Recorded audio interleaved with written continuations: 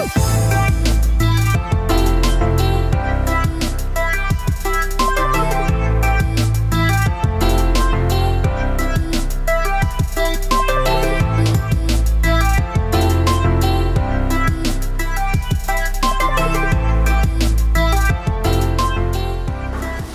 there has ever wanted to take some serious challenge, a horrible situation, and turn it into something positive? Most of us can't really do that. Most of us curl under the desk, give up, and have a really hard time. For myself personally, with my anxiety, it's something that I've struggled with, and now I'm trying to be more open and share my story, and I find that it's inspiring others, and that's what we're trying to do here today. But today I'm speaking with the queen of inspiration, the one who has really been able to take her challenging story, share it with the world, and help to motivate and inspire others. In studio we have Nalie Agustin, right? Agustin. Yes. I almost said Augustine, but it's Agustin, sorry. Nalie Agustin, but she doesn't want to be known as a breast cancer survivor, but that's just one piece of her. But she's an incredible woman, and we're going to talk to her about how she's found that internal strength to get to where she is today. Okay, so I know you don't want to be known as the breast cancer survivor. You've got so much other levels to you and so many other things you're doing, but that's kind of what brought you into this other world of inspiring people, is your journey. So let's backtrack and talk a bit about it. Your diagnosis, your first diagnosis was 2013, correct? Yep. Okay, so talk to me about that. How did you even get diagnosed with breast cancer? You were how old then? 24. Okay, so like that wasn't even on the radar. I was like clubbing and worried about where was my next drink, right? Same here. Okay, so what happened? Yeah, it was your typical 24-year-old, busy. I had finished university, I started to work. I was very healthy, fit, and I ate well, and then next thing you know, I found lumps in my left breast, and I ignored them because I figured, I work out a lot, so must be muscles, must be my pecs. But I completely ignored it, and I let a year pass, which was a big mistake. And finally, the lumps were growing, and later I found out the lumps were actually tumors, and I was diagnosed with breast cancer. How long was that, Nalie, from when you knew, you felt something, ignored it, and then got diagnosed? What was the time frame? Almost a year. Yeah. Wow, okay, so in hindsight, do you think that you wish you would have done something better or differently? Or okay. Number one reason why I have my awareness campaigns on social media, like Feel It on the First, which encourages women to self-examine themselves every first of the month, just because I don't want anyone to repeat my mistake. Yeah. And I admit it was a huge mistake, and if I can share my story so people are more aware, and that way they can detect it earlier, therefore have their survival rates increase, that's what I'm doing. I don't think you're unusual there. I know my cousin, who also is a survivor of breast cancer, she felt lumps, didn't do anything for a while, and then by the time she was diagnosed, she was further along, and it was in her lymph nodes and the whole thing. Yeah, exactly. Cancer is always the last thing you think it is. Yeah, especially at a young age like that. Especially. Okay, so you're given the diagnosis. Is it like a hammer on the head, or were you already like, nope, I can do this? No, a huge hammer on the head. To be honest, though, at that point, I didn't know anything about the world of oncology. So, you know what they say, ignorance is bliss. So I was just like, okay, I'll take it one step at a time. Okay, I'll do chemo. Okay, I'll get a mastectomy. I didn't know what any of that meant. And I'm someone who lives in the moment, and that's like the number one advice I tend to give, is really just take it one step at a time, day by day. So I took it quite well the first time, despite it being already extremely intense treatments, in fact. But it was the second time, this time around, where I was unfortunately diagnosed with the recurrence that metastasized to the lungs. That was a bigger hammer on the head, because I knew exactly what to expect at this point, and I did not want to have to do it all over again. And at this point, the doctors looked me in the eyes and said that, okay, this time it's stage 4. Oh, geez. It's in the lungs, and it's incurable. So it was really hard to stay positive at that point. Absolutely. So the first time you didn't hear those words, incurable, but the second time you did. Exactly. What's unfortunate about metastatic breast cancer and the fact that it's incurable, it's something that we have to learn to live with for the rest of our lives. Statistics are not promising, but there's still a small survival rate of women who do get in remission, and if there's a 1%, then I'm hoping to be that 1%. Well, I don't doubt you will be, because I'm sure, I believe anyways personally that a lot of our health has to do with our attitude and our mind frame and stuff. And there's a lot of research about that too, and you're certainly a positive person. Yeah, exactly. So the words cancer-free can no longer technically be used once you're diagnosed with stage 4. Okay. There are those miraculous stories, which I'm hoping to be one again. But no, I'm still aiming for no evidence of the disease, which is NED. But I'm taking it one day at a time, like I said. Which is NED. So now you're learning all the acronyms too. Oh, the whole world of oncology. Whole world of oncology, I'm like an expert in it, unfortunately. Yeah. It's something you don't want to be an expert of unless you're an oncologist. Right. But unfortunately, I do know far too much. So let me ask you, Nalie. I find a lot that when people when they have some sort of a disease or some sort of illness, sometimes they have to take care of everybody around them because everybody around them is sort of melting and falling apart, imagining what this could be. Was it like that for you at all with your support system? I did find that I had that responsibility just because I knew that once I cry, my mom cries. Once I laugh, my brothers laugh with me. So knowing that, that was my motivation to stay strong and stay positive, because if I was strong, then I knew my whole family would be strong too. Hence all the movements that I've started and all chasing my dreams. Like, my family are not scared at all. They're excited for me. So definitely I would say we do feel that responsibility. So, but that's what keeps me going. Is it tiring at all, having to be the leader of the pack in your family and set the tone? I think, leadership is something that comes naturally sometimes, and I've always had that in me, even just for everything I do, whether it's playing basketball in high school and I was the captain, or just as a person overall.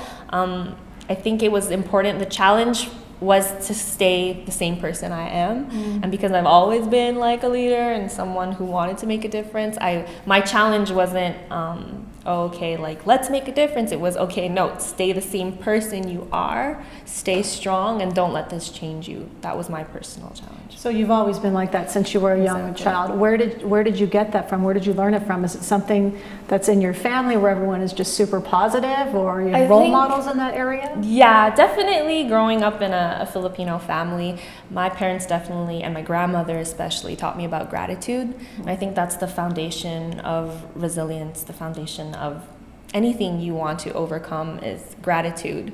It's about finding that small thing that you're truly grateful of and ignoring everything else, focusing on the beauty in your battle. And I definitely say I must have got that from my family, just because I grew up with my grandmother saying, finish what's on your plate, because you have cousins in the Philippines who don't have this food to eat. And I was like, okay. So I think if we're talking about the root of where my gratitude and my positivity comes from, must be from my family. And it sounds like they've always taught you about perspective too. Is like you might be in one place, but take a look outside it yourself. It could be a lot worse. Exactly. Yeah, well, that's amazing. So now you've decided you documented your whole journey from diagnosis through treatments. I've watched many of them online. There's some when you're crying, you're kind of falling apart, others when you're dancing and very excited and happy. Yes. I myself know about being vulnerable and sharing a story in front of people, and I was very reluctant in the beginning, and then in the end was actually quite pleased at the reaction. What has it been like for you though, because your journey's been much longer than mine was, to open up like that and have somebody see you I don't see it as a point of weakness, I see it as a point of strength when you were letting yourself go. What's that been like for you to open up that way? Personally, it's been therapeutic, and that was the main goal of launching my blog and sharing my entire journey from beginning to end, was because I needed to express myself. I needed to let it out. It was only after seeing the results of my initiative of doing it for myself Your cathartic blog turned into, literally, I have to admit it. I really did it because I needed to express myself. And then suddenly it was helping others. And then that's where I was like, oh my gosh, this has a purpose. And it's no longer about me anymore. It's about all these people who reached out to me saying that my videos have helped them get through their darkest days, even information-wise. My blog then turned into a resourceful website that they would refer to compare chemotherapy treatments, because I would really document everything. And so I was like, okay, this is no longer my therapy, but my purpose and my duty to serve and to share and to inspire and to empower. So when you're saying that, I think what happens for a lot of people is when they start to share their story and they get a lot of reaction, they feel like, okay, now I understand why I got this disease, why I, whatever it is, lost my leg, why I lost my husband, my wife. And there was a reason for that. And even though it was horrible, lots of times people look back and say, I'm glad it happened to me because of what I've been able to do. Are you there? I don't think I'll ever be there. I think that it's unfortunate. You know, I'm never going to be like, everything happens for a reason. I'm glad I had cancer. If I could take everything back, I would. I wish no one would ever have cancer. But I think life is all about controlling what you can control. So it's not about what happens to you, but how you react to it. What I would never change is how I react to these situations. I will never say, oh, I'm glad I had cancer. But I'll be able to say I'm glad that I was able to turn it into something positive. And I'm going to keep doing that for anything life throws at me, whether it's cancer or whether it's a show that goes wrong on Saturday or something, you know, like it's all about finding what's going right in your life and turning it into something even better. Nalie, you mentioned like a dark moment. You must have had a few of these dark moments. Did you ever have a point where you were like, that's it, I can't take it anymore, or I'm going to die? Like, have you ever gone to that deep place? Okay. Oh yeah, I was lying on the hospital bed when my doctor told me that it's incurable. The first thoughts I was having was my funeral. I was like, oh, and I couldn't stop crying, I couldn't move. And it took a good, couple of weeks of grieving. But I think it's when you grieve and you allow yourself to grieve and you allow yourself to get into those dark places that you have to accept it. And I think that's the second step, was accepting it. And then once I accepted it, I'm like, okay, this is what's going to happen. What are you going to do with it? You know, you have to move forward. So yes, I got into those dark places, and I'm not saying that, oh, once it was done, it never comes back. I have those moments, you know. So it's really about allowing yourself to get there, and then try to talk to yourself and understand what this means and why are you in this dark moment? What are you scared about? You know, and then once you start really thinking about what am I scared about, you take action and you find ways to, in the end, really not worry anymore. It's great advice, because I think most people don't embrace the yuckiness. Yeah, they people repress run it. away. Yeah. They run away, and then it just builds up, which is not going to help your health anyways, and can create other issues. But it doesn't help us progress. It doesn't help us evolve as human beings if we are always repressing our emotions. So sounds like part of the gift you're sharing with people is embrace the awful of stuff too, let it pass through you, and once you can let it pass, you can somehow find the gratitude or change your perspective or use your experience to help others. Exactly. Okay, which is exactly what you're doing. You're helping others. So let's talk about that. First of all, you have all your vlogs that people can watch, which, you know, document your whole journey. And now you've gone a step further, as if that's not enough. Let me take whatever free time I have and create this huge show, the Nalie Show, which is this Saturday night. Amazing. So tell me about the show. Oh my gosh, it's funny you say that, and it's a good segue into the show, because I got that idea of doing the Nalie Show live when I was having thoughts of my funeral. And then I would close my eyes and then I would think about, oh my God, what would my funeral look like? And I thought about the people that would be there. I thought about all the love and support. I thought about my dad giving the eulogy and people giving speeches and all that. And then I'm like, you know what? Oh my gosh, I started feeling all the love and support. And I'm like, what can I do to have all that love and support right here, right now while I'm here? And then I was like, oh my God, let's gather everyone, do a live show, have people give talks and speeches, but I'm actually going to be there. But it's not a eulogy. Which is perfect. It's just going to be like, and my dad is actually going to give the toast to kick off the night for the VIP meet and greet in the beginning. So it's all about, again, taking what's happening to you and then flipping the script and turning it into something positive. And while I was bedridden in my hospital bed, I started planning, and then I took the thoughts, you know, those really horrible thoughts, and I channeled it into creating something that I've always wanted to do and live my dreams. And then that's how the birth of the Nalie Show Live came. And then it was just one idea after the other. And then I was no longer thinking about my funeral. I was thinking about this live show that's happening on Saturday. And then 3 months later, my hair's grown back and I'm about to host one of my biggest dreams. And I did not see those 3 months pass at all. And we're bringing international speakers, Carmelita Jeter, who's an Olympic gold medalist, fastest woman alive. incredible story of resilience and just never giving up and what it took to have that title. Chris Draft, NFL linebacker, lost his wife unfortunately to lung cancer 2 months after their wedding, but if you meet him, you'll be like, kind of like how you're talking to me right now, and you would never guess that I've been through what I've been through.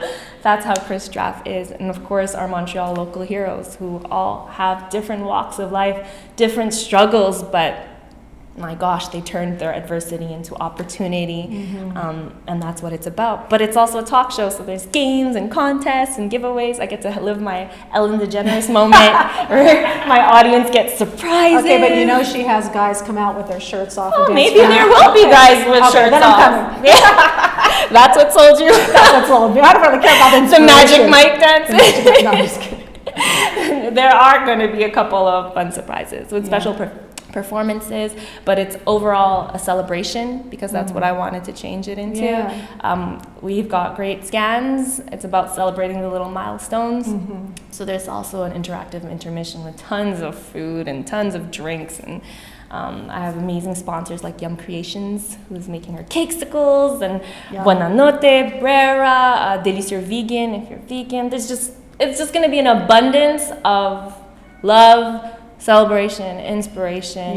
It's hard to explain because there's so much going on. And it's not about cancer, and that's what. Well, that's my what I story really is like. cancer. My battle is Your cancer. story is, but that's just one story. That's That's one what story. I like about it, and it's not about what the problem is. It's about what we do with the problem. So Exactly. anybody can take away something Exactly. from the event, no matter what their struggles are. And we all have different struggles. Exactly, because what I realized was those emails started coming in after I launched my blog, and it was not even just about cancer. It was like, hi Nalie, I'm going through a divorce right now, and your videos really uplift me to, you know, keep on going and like not let this bring me down, from depression to disabilities and then other kinds of illnesses. So even if you're not going through anything, like regardless, coming to the show will definitely change your life and make you want to chase your wildest dreams. Because if I'm on stage on Saturday under the spotlight after going through what I've been through with cancer still in the lungs, just imagine what other people can do. Yeah, absolutely. So how do people get tickets to your event? Yes, it's at the NalieShow.com. So the Nalie, N-A-L-I-E, show.com. We'll have the link. Yes, please link it. I think it's already on there anyway. Click there. Click purchase. Yeah, and we're donating the proceeds to metastatic breast cancer research. Amazing. Where I interviewed a researcher at my hospital, and I grilled him with questions. I'm like, what are you doing with the money? And he told me all about it, and I'm like, okay, you deserve this, and that's where the money's going. That's so great. We're also making a difference. Well, congratulations on your event. Thank you. And just, I really admire you, Nalie. I'm super impressed at what you've been able to do. Be there at St. James Theatre in Montreal on Saturday, September 23rd.